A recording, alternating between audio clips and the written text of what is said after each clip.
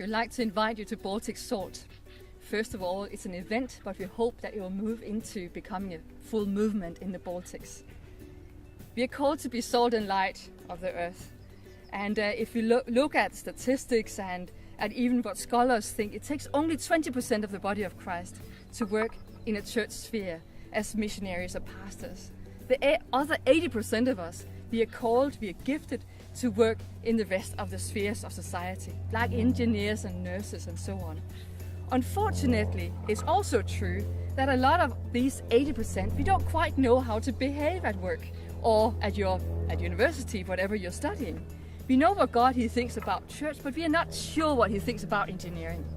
Not long ago, I had the privilege of speaking at a company.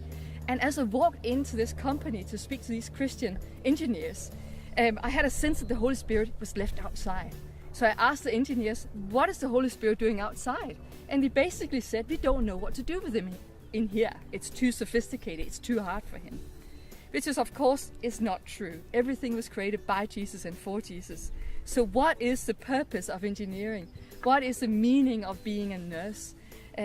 What does God want you to do as a nurse, whatever? So we want to rediscover that, and we hope that Baltic Salt will both equip you, that you'll leave with a greater vision for your job, for whatever you study, with greater hope for whatever you study, as well as for your nation. So welcome to Baltic Salt.